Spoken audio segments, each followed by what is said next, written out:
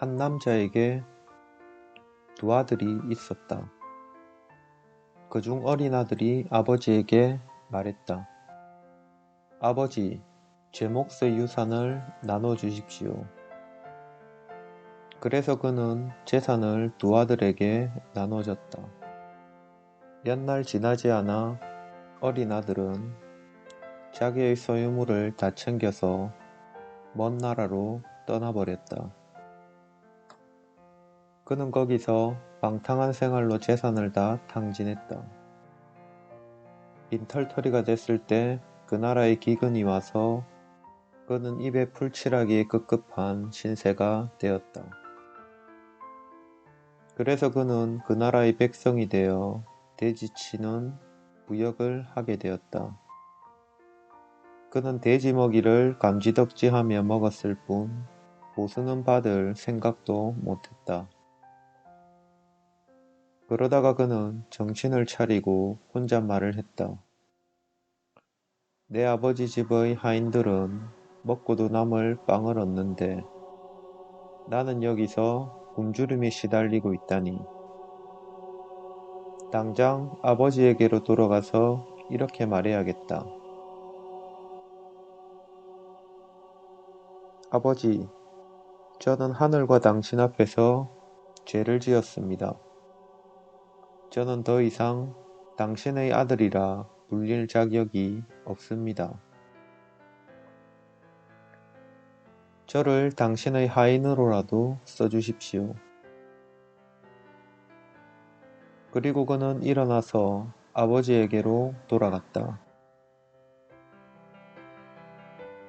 그런데 그가 집에 다 다다르기도 전에 아버지는 그를 발견하고 달려와 측은해하면서 얼싸안고 입을 맞췄다.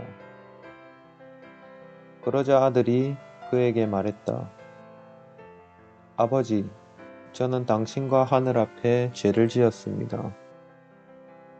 저는 이제 더 이상 당신의 아들로 불릴 자격이 없습니다. 하지만 아버지는 하인을 보고 말했다. 어서 가장 좋은 옷을 가져와서 입히고 손에 반지를 끼워주고 신발을 신겨주고 살찐 암소를 잡아라. 잔치를 벌이자. 죽었던 아들이 다시 살아났으니 말이다. 내 아들을 잃었는데 이제야 찾았다.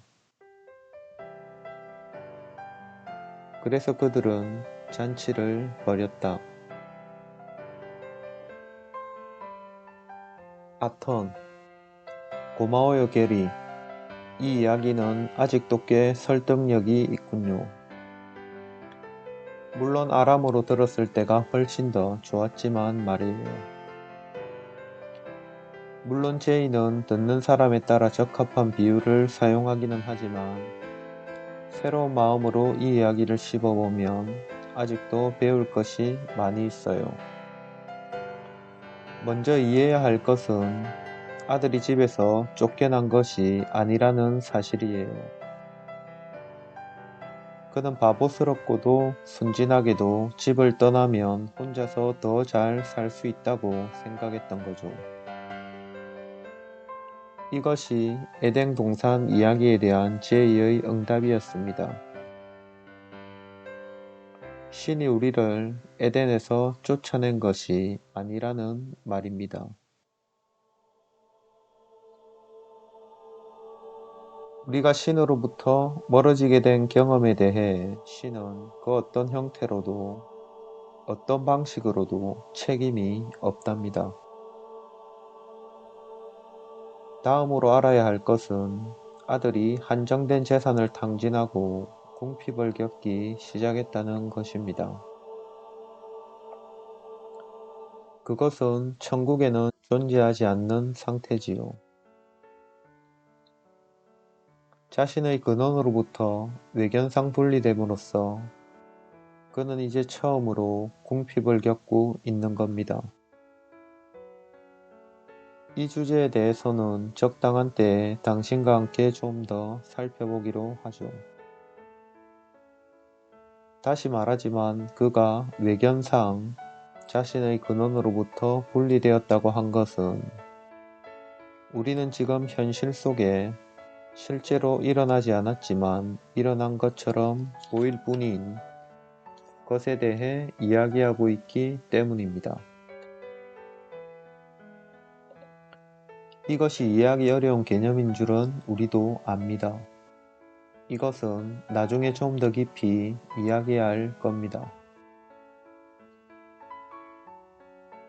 아들은 이제 궁핍에 시달리다가 그것을 그 나라의 백성이 됨으로써 만회해보려 합니다.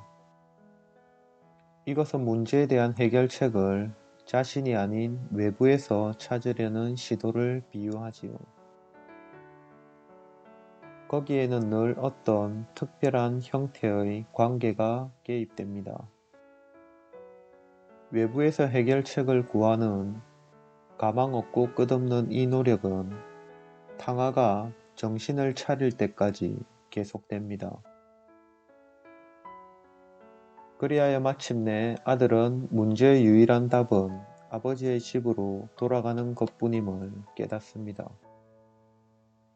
그래서 집으로 돌아가는 것이야말로 세상의 그 어떤 일보다도 더 중요한 일이 되는 것이지요. 다음에 이 이야기의 가장 중요한 대목이 등장합니다. 그것은 바로 아들이 자신에 대해 믿고 있는 사실과 아버지가 아들에 대해 알고 있는 사실의 차이입니다. 아들은 자신이 죄를 지었고 아버지의 아들로 불릴 자격이 없다고 생각합니다. 하지만 자애로운 아버지는 이 말을 들은 척도 하지 않습니다. 그에게는 노여움이나 원한 같은 것도 없을 뿐더러 아들을 벌한다는 것은 상상조차 하지 않습니다. 신이야말로 바로 이러합니다. 그는 인간들과 같은 방식으로 생각하지 않습니다. 왜냐하면 그는 인간이 아니기 때문입니다. 이것은 비유적인 이야기입니다. 신의 사랑은 아들을 만나러 달려갑니다. 신은 아들이 영원히 순결하다는 것을 알고 있습니다. 왜냐하면 그는 신의 아들이기 때문입니다. 겉으로 보이는 사건은 본질을 결코 바꿔놓을 수가 없습니다. 탕아는 이제 살아서 돌아오고 있습니다. 그는 더 이상 궁핍과 파멸과 죽음의 꿈속을 헤매지 않습니다. 잔치를 벌일 때인 것입니다. 캐리, 당신의 말이 이해되지 않는 건 아니지만 몇 가지 의문이 있어요. 우선 이 온 우주가 탕아와 관련된 것이지 신과는 무관한 것이라는 점에 대해서요. 세상과 자연과 인간의 몸, 이 모든 것이 나에겐 매우 경이롭거든요. 난 지나친 낙관주의자는 아니지만 이 우주는 참으로 아름답고 조화롭고 오묘해서 거기서 신의 손길을 느끼게 한단 말입니다. 게다가 내가 만일 사람들에게 신이 이 세상을 창조한 게 아니라고 한다면 아마도 그건 엘리베이터 안에서 방귀를 낀 거나 다름없는 큰 사건이 될 것 같아요. 아텀, 그럼 방귀 냄새부터 먼저 처리합시다. 사실은 아무것도 사람들에게 말할 필요가 없습니다. 우리가 논할 종류의 영성은 다른 사람들 몰래 깜쪽같이 실천할 수 있습니다. 이것은 전적으로 당신과 성령 혹은 이렇게 말하는 편이 낫다면 당신과 제이 사이의 일입니다. 성령과 제이 간의 유일한 차이점은 성령은 추상적이고 제이는 구체적이라는 것입니다. 그것은 사실 동일한 것입니다. 당신이 앞으로 하게 될 일은 당신의 마음속에서 그들과 함께 행해질 것입니다. 이건 실제로 외부에 존재하지도 않는 세상을 구원하자는 것이 아닙니다. 당신은 그저 자기 몫의 용서만을 열심히 실천함으로써 세상을 구원하면 되는 것입니다. 만일 모든 사람이 남의 일에 상관하지 않고 자신의 공부만 열심히 한다면 이 세상이라는 탕화는 당장 집으로 돌아올 거예요. 시간 속에서는 이것은 마지막 날까지 일어나지 않을 테지만요. 하지만 시간에 대해서도 이야기하게 되겠지만 당신은 이 우주의 어떤 것도 눈에 보이는 모습과 같지 않다는 걸 깨닫게 될 겁니다. 어쨌든 간에 당신은 기다릴 필요가 없습니다. 당신의 때는 지척에 있습니다.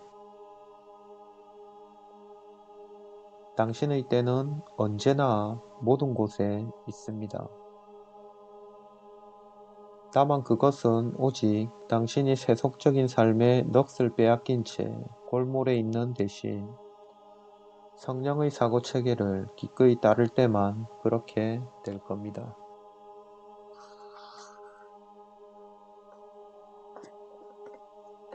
복잡정묘하고 아름답기 거지없는 우주에 대해서 말하자면 그건 마치 흠집투성이의 캔버스에다 질 나쁜 물감으로 그림을 그려서 그림이 완성되기 무섭게 칠이 갈라지고 떨어져서 엉망이 되어버리는 그런 꼴과도 같습니다. 인간의 몸은 과연 놀라운 작품처럼 보입니다. 뭔가 이상이 일어나기 전까지는 말이지요. 당신의 부모님이 이성의 삶을 마감하기 직전에 어떤 모습이었는지는 이야기할 필요도 없겠지요. 게리, 그건 다시 회상시키지 말아주셨으면 고맙겠네요. 아턴, 당신의 우주에서 노쇠와 사망의 길을 밟지 않는 것은 아무것도 없고 다른 한 구석에서 죽어가는 것이 존재하지 않는 삶이란 찾아볼 수가 없습니다. 당신의 세계는 그것을 진정으로 들여다볼 수 있게 되기 전까지는 꽤나 그럴듯해 보입니다. 하지만 사람들은 그것을 정말 들여다보려고 하지 않지요. 단지 그림이 아름답지 않아서만은 아닙니다. 이 세상이란 인간의 삶을 지배하고 있지만 그들이 알아차리지 못하고 있는 무의식의 신념체계를 눈에 띄지 않도록 감춰주게끔 만들어져 있기 때문이랍니다. 그러니 당신이 개념을 잡아갈 때까지 우리가 설명을 더 해줄 수 있도록 당신 편에서 우리에게 틈새를 열어줘야 합니다. 게리, 당신들에게 그런 기회를 주는 것이 해롭진 않을 것 같지만 의심이 일어나는 것은 탓하지 말아주세요. 제 사촌은 목사인데 그는 당신들이 신의 정인이 아니라 사탄의 증인이라고 할 거예요. 퍼사. 충분히 그럴 수 있지요. 죄인은 걸핏하면 신성모독죄로 고소당했습니다. 그건 성경에도 나오더군요. 그가 만일 육신을 가지고 이곳에 온다면 오늘날도 보나마나 똑같이 고소를 당할 거예요. 그것은 기독교인들에게서 말이지요. 그것도 기독교인들에게서 말이지요. 우리가 이단이나 신성모독이라는 누명을 제의보다 겁낼 거라고는 기대하지 마세요. 우리에게 기대해도 좋은 것은 정직과 단도직입적인 태도입니다. 어떤 사람들은 부드럽게 대해줄 필요가 있지만 어떤 사람들은 매를 맞고도 견딥니다. 옛날의 참선소행처럼 말이지요. 우리는 아무렇지도 않게 사람들을 마구 흔들어 놓을 수 있습니다. 우리는 당신이 우리를 어떻게 생각하는지에 대해서는 전혀 관심이 없거든요.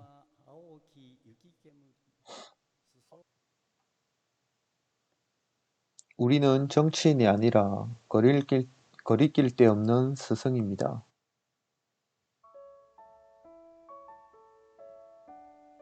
우리는 당신을 깨우쳐 주려고 하는 것일 뿐이지 당신이 우리에게 온갖 따뜻하고 부드러운 기분을 느끼도록 알랑거려야 할 이유는 전혀 없어요.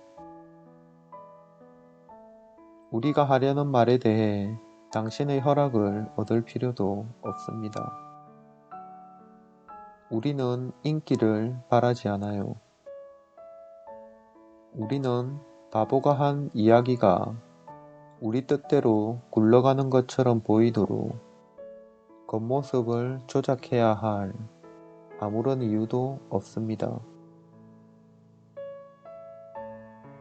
우리는 태연하고 태평하지만 메시지만은 확고할 거예요.